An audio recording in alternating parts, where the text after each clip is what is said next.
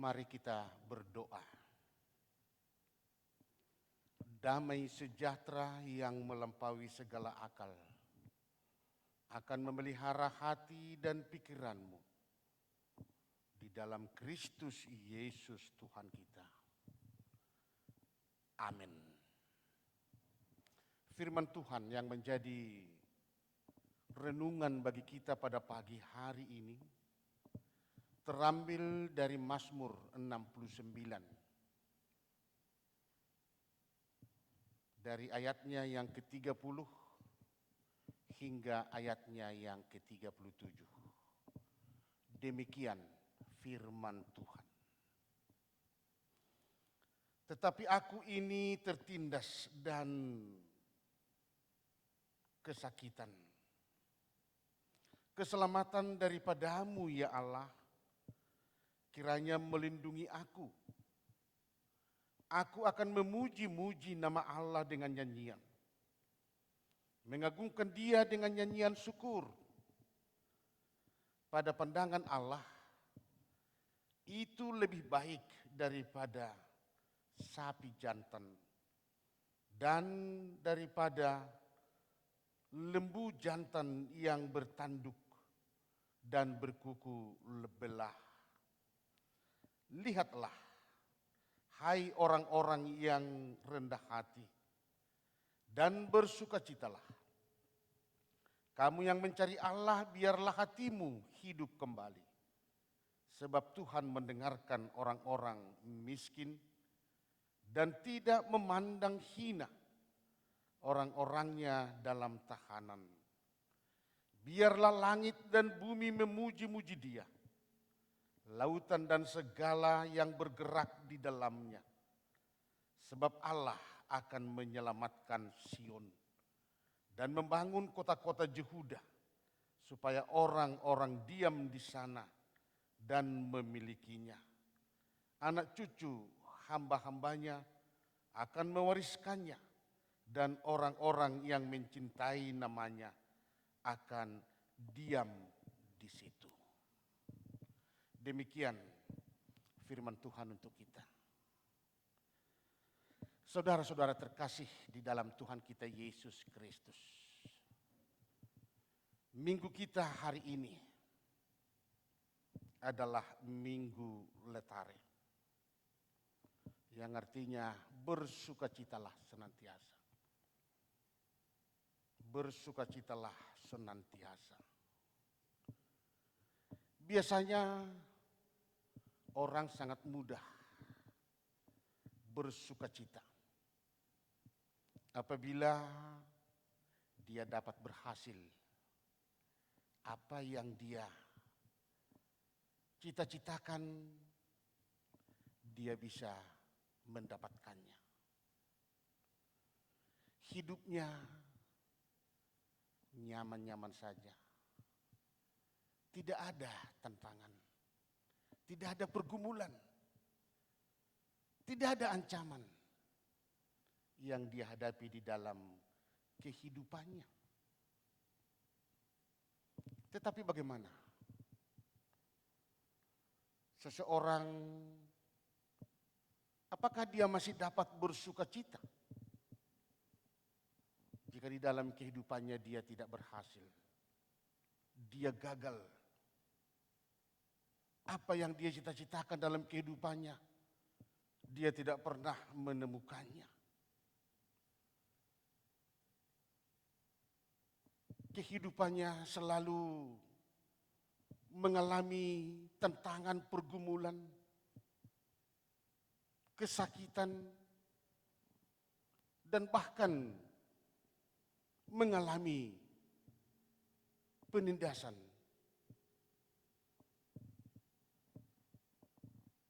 Mungkin jawaban sulit sekali untuk bersukacita. Nah, saudara-saudara yang terkasih dalam Tuhan kita Yesus Kristus, mari kita belajar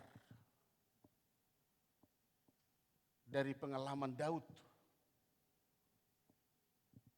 yang walaupun dia adalah seorang raja, tetapi di dalam kehidupannya dia juga sering mengalami penderitaan, kesakitan, sering mengalami tertekan daripada orang-orang lain. Bahkan kalau kita membaca di ayatnya yang kedua dan ayat yang ketiga dari Mazmur ini, di sana digambarkan kehidupan Daud seolah-olah sedang berada di dalam rawa atau lumpur hisap yang tidak ada tempat bertumpu atau tempat untuk berpijak. Jika dia bergerak, berusaha untuk keluar, maka dia semakin tenggelam dan makin terperosok ke dalamnya. Saudara-saudara terkasih dalam Tuhan kita Yesus Kristus, gambaran ini memberikan kepada kita bahwa memang kehidupan Daud pada waktu itu sedang mengalami penderitaan yang sangat dalam, yang sangat berat. Sepertinya tidak ada lagi harapan untuk hidup. Tetapi walaupun demikian, Bapak Ibu Saudara sekalian, beratnya pergumulan daripada Daud, tetapi di dalam kenyataannya dia tidak berputus asa. Dia tidak menghukum dirinya sendiri. Dan dia tidak menyerah. Tetapi dia memperlihatkan suatu sikap yang baik. Sikap yang positif dalam menghadapi pergumulan yang dia sedang hadapi pada waktu itu. Dikatakan di ayat 31, ayat 30, dia datang berdoa dan berseru kepada Allah. Bahkan dia mengatakan dia tetap akan memuji-muji nama Tuhan Allah. Dia akan tetap mengagungkan nama Allah. Artinya membesarkan namanya dari pergumulannya. Itu artinya dia tidak terpancing, dia tidak terpengaruh oleh pergumulan tersebut. Hubungannya kepada Tuhan Allah selalu terbuka dan terbangun dengan baik. Memang Daud di dalam kehidupannya, dia selalu berkomunikasi, selalu berusaha untuk membangun hubungan baiknya dengan Tuhan. Sehingga dia bisa mengenal Tuhan itu dengan baik dan benar. Itu yang dikesaksikan oleh Daud di dalam kehidupannya kepada kita. Jauh lebih baik kita memuji-muji Tuhan, membesarkan nama Tuhan, mengagungkan nama Tuhan, daripada mempersembahkan korban bakaran, mempersembahkan sapi jantan atau lembu jantan yang bertanduk dan yang berkaki belah. Nah, saudara-saudara terkasih dalam Tuhan kita Yesus Kristus, memang benar memuji Tuhan jauh lebih baik daripada mempersembahkan apa yang ada bagi kita untuk Tuhan. Yang kedua, Daud sebagai hamba Tuhan, sebagai yang percaya kepada Tuhan, dia selalu memiliki karakter ataupun sifat kerendahan hati. Dengan kerendahan hati inilah Daud tidak mengandalkan apa yang ada baginya. Sekalipun dia punya kuasa, punya jabatan yang hebat, punya kekayaan yang banyak, punya serdadu yang banyak untuk melepaskan dia dari penderitaannya. Tetapi semuanya itu tidak diandalkan.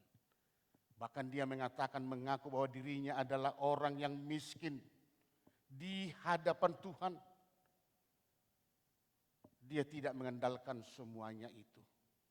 Tetapi dia hanya mengandalkan pertolongan dan keselamatan yang daripada Tuhan semata. Saudara-saudara yang terkasih dalam Tuhan kita Yesus Kristus. Kemudian Daud masih menjelaskan kembali, menegaskan kepada kita Bapak Ibu Saudara sekalian, bahwa keselamatan itu hanya datang dari Allah saja. Itu bukan datang dari dunia ini, dari orang-orang lain, tetapi hanya datang daripada Tuhan Allah. Dan itu pasti akan diberikan oleh Tuhan Allah kepada orang-orang yang kudus ataupun kepada umat pilihannya dan kepada orang-orang yang mencintai dan mencari Tuhan di dalam kehidupannya. Jadi sekarang, apakah orang-orang yang menderita, orang yang sedang mengalami kesusahan itu dapat bersuka cita? Dari uraian pemazmur ini, jelaslah bagi kita bahwa sukacita itu bukanlah ditentukan oleh keadaan kita di dunia ini. Bukanlah ditentukan oleh materi, kekayaan, jabatan, pangkat yang kita miliki. Tetapi sukacita itu ditentukan oleh hadirnya Tuhan Allah dalam perjalanan kehidupan kita. Bisa saja harta banyak, jabatan hebat, tetapi belum menjamin sukacita itu sudah menjadi miliknya. Atau sebaliknya,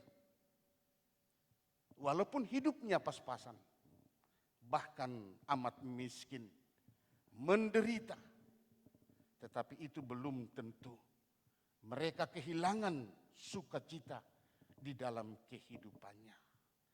Sekali lagi, sukacita itu bergantung kepada kehadiran dan campur tangan Allah di dalam kehidupan kita. Ini sudah dibuktikan oleh Daud di dalam pengalaman kehidupannya. Saudara-saudara yang terkasih dalam Tuhan kita Yesus Kristus. Pada saat ini kita sedang ataupun dunia sedang menghadapi persoalan yang sangat berat sekali. Di mana pada saat ini sedang mewabah virus COVID-19 ataupun virus corona. Dalam menghadapi semuanya ini, firman Tuhan ini menguatkan kita supaya kita jangan takut, jangan panik, jangan gelisah. Sebab Tuhan akan menyelamatkan. Tuhan akan melepaskan, membentengi kita dari semuanya itu. Andalkanlah Tuhan dalam kehidupanmu. Amin, marilah kita berdoa. Tuhan, terima kasih atas firman-Mu. Tuhan, terima kasih karena Engkau akan menyelamatkan kami dari semua pergumulan kami. Biarlah semuanya kami memuji-muji dan memuliakan nama-Mu. Demikian juga Tuhan, pada saat ini kami berdoa khusus kepada saudara-saudara kami yang sedang di dalam proses penyembuhan, Bapak Winnerson Saragih, Ibu Hotna Burudamanik, Ibu Lindesa Buru Purba, Ibu Dame Sinta Buru Situmorang, Nyonya Janapul Girsang Buru Ginting, Ibu Sorti Buru Saragih, Bapak Membangun Ginting, Ibu Purnama Buru Gultom, Ibu Rosmaida Buru Saragih, Johannes Tondang, Ibu Martalena Buru Purba, Nurpane Buru Purba, Jaya Ambarita Joshua Ambarita, Situa Jesaya Sipayung, Rosdina Buru Sipayung, sama Jarnison Tarigan, Bapak Samjus Girsang, Bapak Muller Saragih, Ibu Norma Buru Purba, Bapak Ramlan Sinaga, Angel Purba. Tuhan Yesus jamahlah mereka, supaya mereka menemukan kekuatan. Berkati seluruhnya tindakan usaha para medis, supaya mereka mendapatkan kesembuhan. Dan demikian juga kami berdoa kepada anak-anak kami, pemuda-pemuda kami, yang sedang dalam pendidikan, yang sedang mencari pekerjaan, dan yang sedang mencari pasangan hidup. Tuhan Yesus, kepadamu-lah kami serahkan, supaya Tuhan selalu memberikan hikmat dan campur tangan dalam kehidupan mereka. Dan demikian juga Tuhan, kami berdoa kepada pemerintah, khususnya pemerintahan DKI Jakarta ini. Berikanlah kepada mereka hikmat yang daripadamu ya Bapa, supaya mereka bisa memimpin kota Jakarta ini, supaya kami semuanya bisa merasakan sukacita dan damai sejahtera. Di dalam Kristus Yesus kami sudah berdoa dan mengucap syukur. Amin.